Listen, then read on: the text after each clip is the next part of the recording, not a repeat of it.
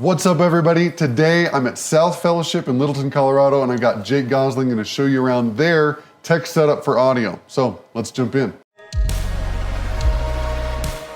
Jake, show me around. What do you got? Okay, well, let's talk about our live sound reinforcement first. So the room we're in is holds about 700 people max. So it's kind of like I'd consider medium-sized church right now. We probably no more than 200 though, in each service on a Sunday. So we're not even maxing out the room. And when it comes to the room itself, you'll see some acoustic treatment on the walls. We want more acoustic treatment though. That's probably, if I had 10 to 20 grand I could drop on it. Maybe there's some DIY ways you could fill me in on. That's the next thing that would really improve our sound, is just better treatment of the room. But it's really not that bad. We've got that, and then we're running, in terms of our mixing system as well as speakers and stuff, we're using a Behringer ecosystem. We have a Behringer Wing console with the Behringer S16 stage boxes on stage, as well as a couple Behringer SD8. But all Behringer set up with stage boxes and the mixing consoles, and then our speakers, we've got QSC speakers, and we've got some EV speakers as well. And then on stage, in terms of capturing audio, we like using the Telefunken M80 microphones for vocalists, and then we've kind of got all your typical inputs with DI boxes. We do have a Dante system that we just got up and running with the Wing. It's a brand new Dante card, which means we're running into a little bit of issues once in a while, working those out. So in the process of really getting Dante fully functional, but most of our computers, because we like to use Dante for Pro Presenter audio or for our broadcasts DAW audio, but it's not compatible yet with the M1 Max, because Audinate, they must have one developer who works on all their products, and it takes forever to get it done. So hurry up, Audinate.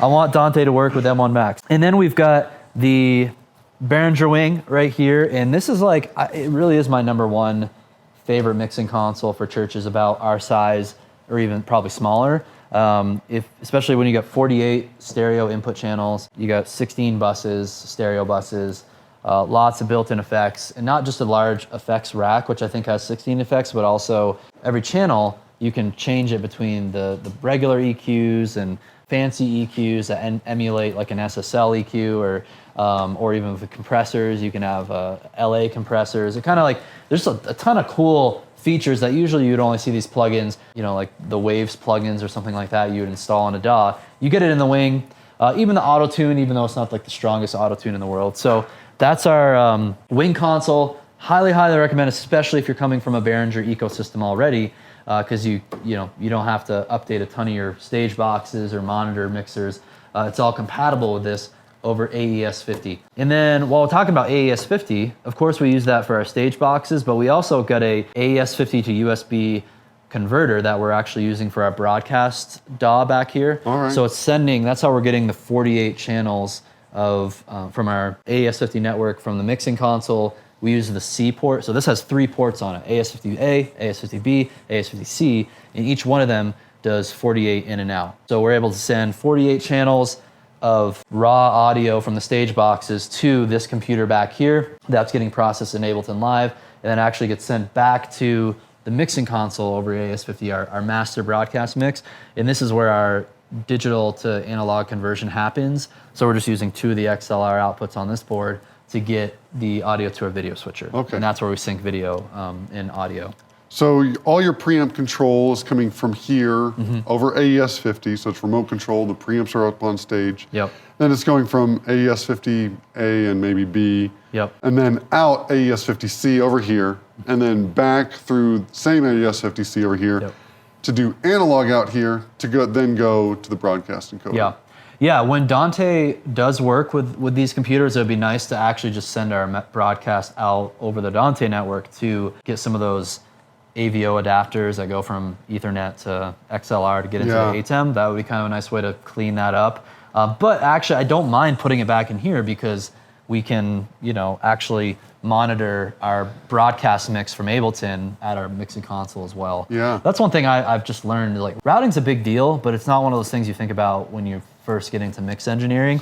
But your ability to send whatever channel of audio you want to any destination, like that's such a useful thing for churches. Especially when you get into remote monitoring. If you're using Dante and you've got the Dante Via, you can log in from another computer somewhere else and check and find problems, especially if you're not on site one day and you need to be. That can be a really helpful thing to be able to listen where you are to what's going on someplace else. Yep. So Dante has really got a lot of features that are really helpful, and just getting everything updated into the newer ecosystem with the M1 Max. Yeah, it's a big deal. And I want to show you a couple things back here for our broadcast setup. So this is our broadcast mix setup with Ableton Live. We've been really liking the results we've been getting with it. And you might notice one of the awkward things about this system is that our broadcast mix engineer is in the same tech booth as our live sound engineer. It'd be great if we had a different mixing room somewhere else, but with the size of our team, it's really nice to be able to just all be in one spot. We got some DD 770 Pros for our headphones, and they're not super isolating, but they're great. They work pretty well. So when you're mixing, you just have to be aware of you're going to be feeling the bass in the room and all that stuff. And someday maybe we'll have a dedicated studio, but this works great. And this setup here, it's a M1 Mac Mini, very base model, 8 gigs of RAM. And then we've got two LG 24-inch monitors. I think they're just 1080 monitors and plenty of resolution. That's actually the same for all of our computers back here. We've got a couple things to kind of make this setup better. We've got a stream deck here where I can quickly, mute and unmute my band, pastor mic, handheld mics, things like that. So we're not you're not always having to click around and stuff to get to those things. Playing whack-a-mole with the mouse. Exactly. Yep. And then we solo instead of mute. Yeah. And then for faders, again, you could use the mouse and do whatever you need to do there. But we're using the Touchable app right here. I'm a pretty big fan of this app because it's kind of instead of having a hardware controller in front of you that can kind of be big and bulky, especially if you organize your fader banks the way that it's going to make sense for your workflow, you just have an easy tactile way of mixing the different instruments and groups and effects and stuff like that. And then I like to have at all my workstations another trackpad. I like having a trackpad on my left, so I can easily just scroll around and stuff with my left hand, and then I can point and click with my right hand or zoom in with my left hand. So I like that setup. And then this is a cool idea Adam came up with. It's the way we can actually solo channels back here. Yeah. And so you're not soloing in place over the web stream. Correct. Yeah, that would not be good to solo, because that's when you're using a DAW, you have to have a separate monitor. Your solo needs to be sent out a different output, so it's not affecting your main mix. So it's a 3-channel switcher here that's getting the full broadcast mix from here. That is never, when we press solo on Ableton, we have it set up so it's a Q out instead of solo. So you'll see here, master out goes 1 and 2. That's what goes to the stream, and then Q out goes output 3 and 4. So if I actually were to go ahead and Q a channel, you'll see 3 and 4 now, audio's active, and I can hear just the vocals. And that Q output is coming here to just a different channel. So I switch it over, and that's what I'm going to hear in my headphones. So then I can cue things up, do some soloing even in the middle of a service, and it's not going to interrupt what the actual stream audio sounds like. Yeah. So that's the one little bear switcher, and then a P1, Behringer P1 headphone amp right there. And then we're just running all the cabling up to the Behringer Wing there. I think we have one of those XLR to Cat5 back to XLR cables to do that. Awesome. Tell me about your processing inside of Ableton. What are you using? What's are you using a template? Do you have a template set up for volunteers to come in? What's your deal? Yeah, we built a template, and it's got all the plugins. We have a lot of Waves. That's a mixture of Waves plugins, but also we like some of the stock Ableton plugins as well. So it's all saved. We basically have a template where whenever you fire up Ableton Live for the first time, it'll just look like this, the template automatically opens up. Adam made it do that somehow. I'm not sure how to do it. And then it fires up. So then whoever's running it, I think actually we already have our tracks are armed and ready to go. So it's almost like when you open up Ableton here, it is like firing on your mixing console. Everything's just enabled, ready to go. But then usually what I'll do or Adam will do when we're tech directing is we'll make sure the routing's set up because things change week to week, and if you change a input on stage, you got to change the input in Ableton Live, and just be mindful of those things as well. But what I love about this setup too is like we can continue to enhance this template by like what we'll do. Avin and I want to kind of like review our mixes together and be like, okay, like what should we change, or what are we liking or not liking? And you could basically have a virtual sound check ready to go because we stream the audio, but we're also multi-track recording it back here too. Right. Finally, speaking of multi-track recording, we're actually also capturing another multi-track recording up at the computer by the mixing console, nice. Which is connected to the Wing over USB for virtual sound check. So that's really important when we want to do a quick virtual sound check of our Wing mix in the room. Really handy, and we're actually gonna get another computer dedicated to just that pretty soon here. Yeah. The Department of Redundancy department. Yep.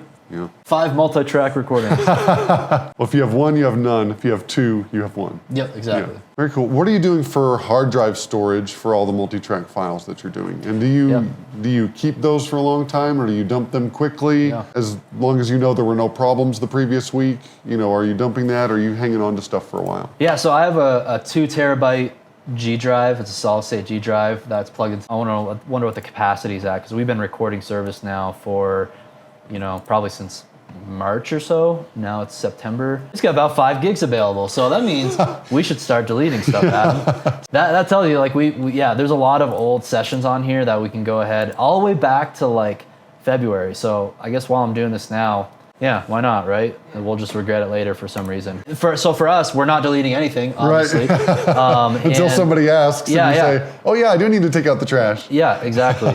So I'll go ahead and just like clear that out with my trash bin here, and to open up more space, and that'll be good to go. I think that's generally, I think it's nice to have at least like a month back worth of sessions. I would like to get in the habit more of like, even just, since we're multi-tracking our services here and it's already in this great template, have someone like Chipper actually do some more fine-tuned mixing, and then we can post individual songs on YouTube just for fun. Right. People really gravitate to those moments and being able to remember that. Having that ability means that it's not a whole lot of work to take that next step. Mm-hmm. It's like the mix is mostly dialed in. Yep. The mix is already recorded and everything's routed.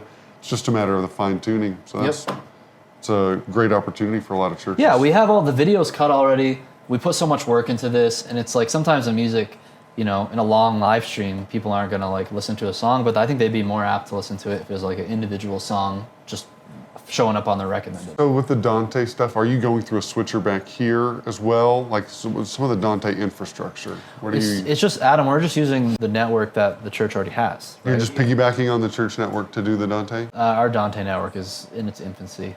So I want to also ask, what are some of the things that you're liking about this room, and what are the things that are on your plate to start improving with your audio system?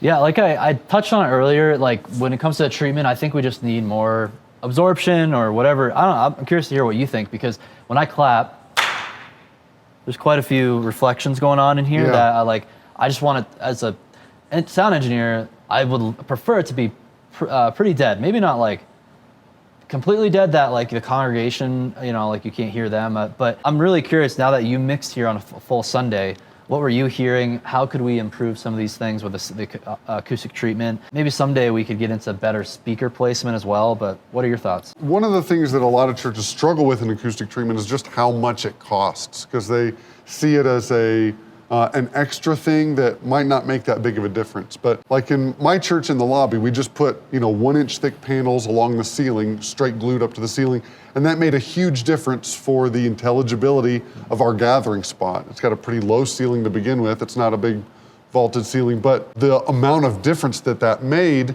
even that investment of a few $1,000s, made a huge difference in the way that people could connect with one another. In a lot of worship spaces, you think about the gathering places that we've had for centuries, and we have made symphony halls and we've made auditoriums that are built for sound reinforcement acoustically. And then we take a bunch of churches that'll just go in any building that we can get in that has enough space, and we throw a sound system up and wonder why it's difficult. But a lot of the things that you run into in a room kind of like this, the ceiling can be somewhat problematic because you have a parallel surfaces between the ceiling and the floor. and most places don't have like a raked ceiling or even a raked floor. So that creates some resonances that are gonna hang out and create frequency problems that just hang out longer. It's not necessarily an EQ problem with your speakers, it's an energy over time problem of the room resonating. Like when you clapped a second ago, you could hear the reverberation, but you could also hear distinct pulses in the reverberation, and that can mess with intelligibility as well. So the more you can avoid parallel walls and parallel surfaces, that can be really helpful. Going back to your comment, like I wish it was kind of dead, or I wish I had a lot of acoustic treatment. I see this more often in broadcast mixing suites, where people will put up a lot of absorption that's broadband. So it's all the rigid fiberglass or rock insulation or mineral wool, stuff like that. And then they take care of all of the high frequencies that are reverberating, but the low frequencies are harder to capture and dampen. And even the way that this room resonates a little bit more, like I was having problems yesterday with the kick drum just hanging on longer than I liked it to. Part of that was the sample, but part of that is just the room at those frequencies wants to get excited and keep reverberating, kind of like the head on a drum. When you're putting up acoustic treatment, especially if you're going the DIY route, if you make a panel and you've got a wood frame and you're covering it with fabric, on about half of them, put either brown craft paper or like 3 to 6 mil clear plastic over the top of your insulation. And that's gonna reflect more high frequencies, which sounds counterintuitive, but then on the whole, you're also going to be absorbing a larger proportion of those lower mid frequencies. My church back home, that's the area of the acoustics that I still notice, especially when my pastor's up speaking by himself. That region where the voice is powerful, if that can be more powerful coming from the speakers, and not excite the room so much, it changes the way that people perceive the way that somebody sounds and the words that they say. So here, looking around, the walls up here, beside the screen, and then over to here, those are creating reflection points from the speakers, so that from that speaker right above the stage to here, the people in that section closest to that wall are getting that reflection, and it's coming in probably at about the same amplitude as the sound coming from the speakers. That can cause confusion, that can make things sound like they're not as intelligible, and then people either complain that it's too loud and they can't hear, or you're trying to push it up so loud for them to overcome those intelligibility issues, then they say, hey, this is too loud, you have to turn it down. Then you're kind of in a catch-22, like you can't really turn it down because then people can't understand, and you can't turn it up because then it hurts people. Yep. So those would be the areas that I would address first in this room, and then also making sure that you're absorbing good proportion of the lower mid frequencies as well as high frequencies. Yeah, with the ceiling, because I think it's a very hard surface of a ceiling. Right, and out in our lobby, we have a lot of absorption up there. Is that what you think also needs here to help? Because you said the parallel surfaces right here, the ceiling and the floor, just more absorption on the ceiling? Or like what exactly would fix it up there? Absorption on the ceiling helps a lot. You probably don't need more diffusion because there's enough reflections from the walls around here.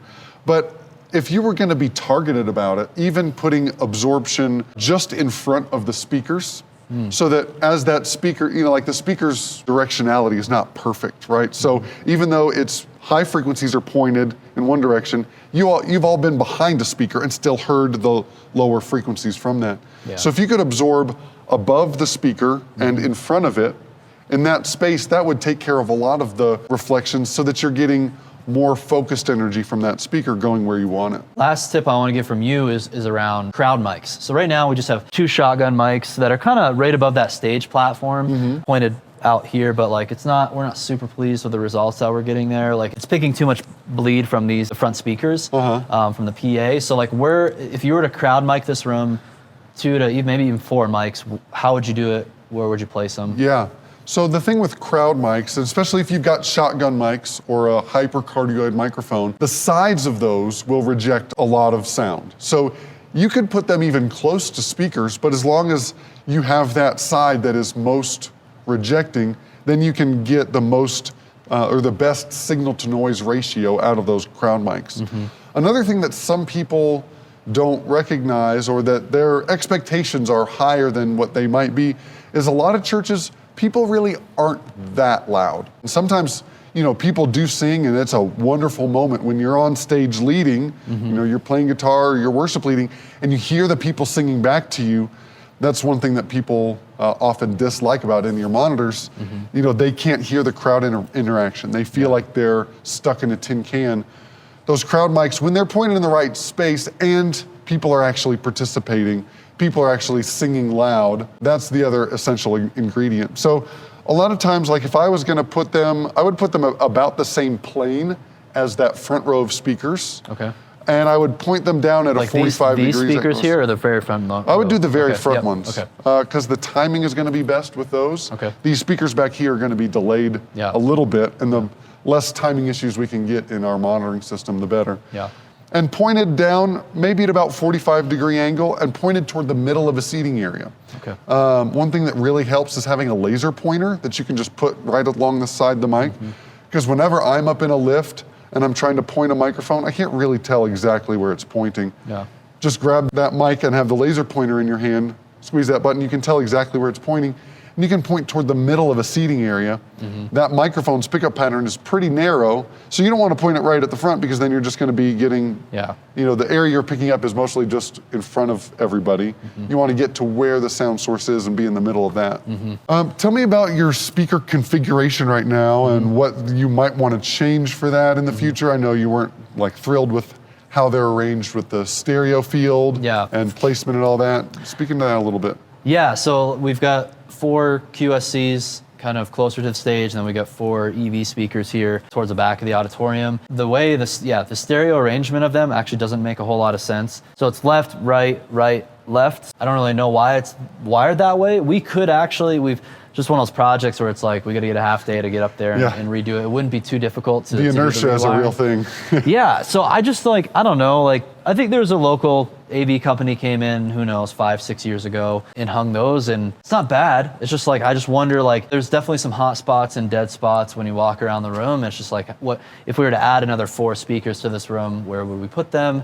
How could we get a better arrangement of the stereo setup of them as well? Yeah. So in a room this shape, we've got a very wide seating area. So we could trying to do straight up stereo would be almost pointless because very little of the room would be able to hear both sides at the same time. Right? And that's what makes up the stereo field. And in live sound, we're doing mostly wide mono. It's not like you're having special effects with a race car going from left to right. And everybody needs to experience that in order to engage in worship. That's kind of missing the point.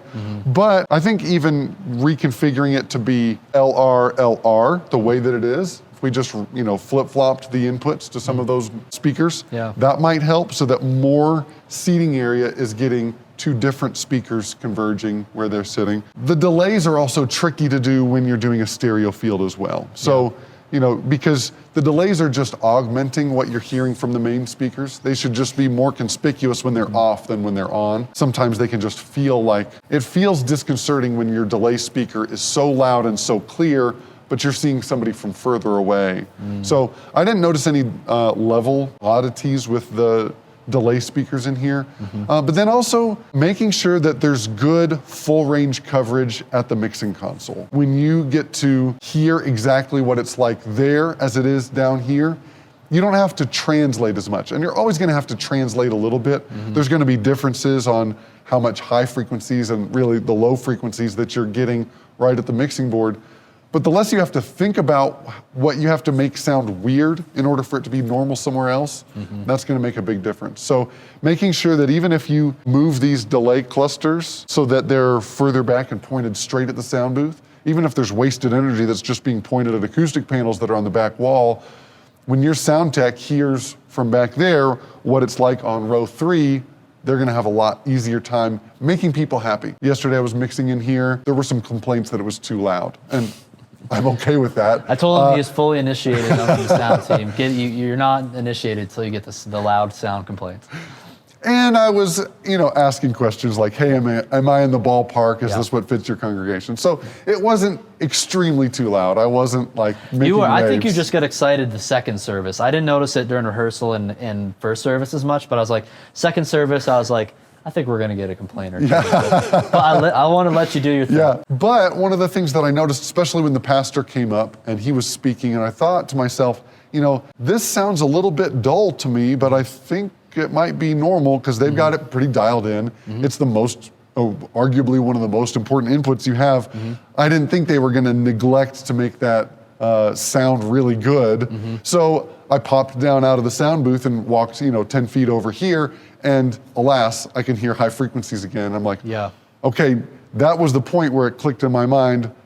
I probably mixed a little bit too bright on my lead vocals and a little too far out in front because I was wanting to make it sound normal for me at the sound booth. Yeah, that's a good tip. Whenever you're first time mixing somewhere new, it's like that amount of time you spend just like hanging out in different parts of the room and getting those differences dialed in. Because to me, I didn't even think about telling you because I just sort of took that for granted. Yeah, you forget, when it's your house, you forget all the idiosyncrasies. So the last suggestion that I have for you guys, and maybe if that works within your workflow, is I always like to suggest that people move the sound booth out from the back wall as much as possible. They've got a recessed back wall back there, so you don't get a big bass boost back there where the sound booth is. But anytime you can be on the same level that everyone else is and kind of out in the congregation, I know that doesn't work for every building. I know that could take up a lot of valuable seating space, especially if you're a growing church and seating space is already at a premium and a third or fourth service could be really taxing on your people. I understand the space constraints, but anytime you can get the sound booth on the floor and in the seating area, that's gonna get you your best results so that you're not having to work as hard to overcome those translation things with your mixing. Yep, I totally agree. We'll never be able to do that here, but I totally agree. Exactly. Yeah. I want to thank Jake for showing me around. Where can they find out more information about you and Churchfront? Yeah, just go to Churchfront on YouTube, search Churchfront. We got a ton of videos, especially if you want to learn more about specific aspects of things we touched on today. We got lots of in-depth videos on each one of them, whether it's audio, live streaming, tracks, rigs, Dante, you name it. It's pretty much all there. All right, thanks for coming out. Don't forget to hit subscribe and ding the little bell to get notified. And if you like this video, mash that thumbs up and leave a comment down below. We'll see you next time on Outaway Audio.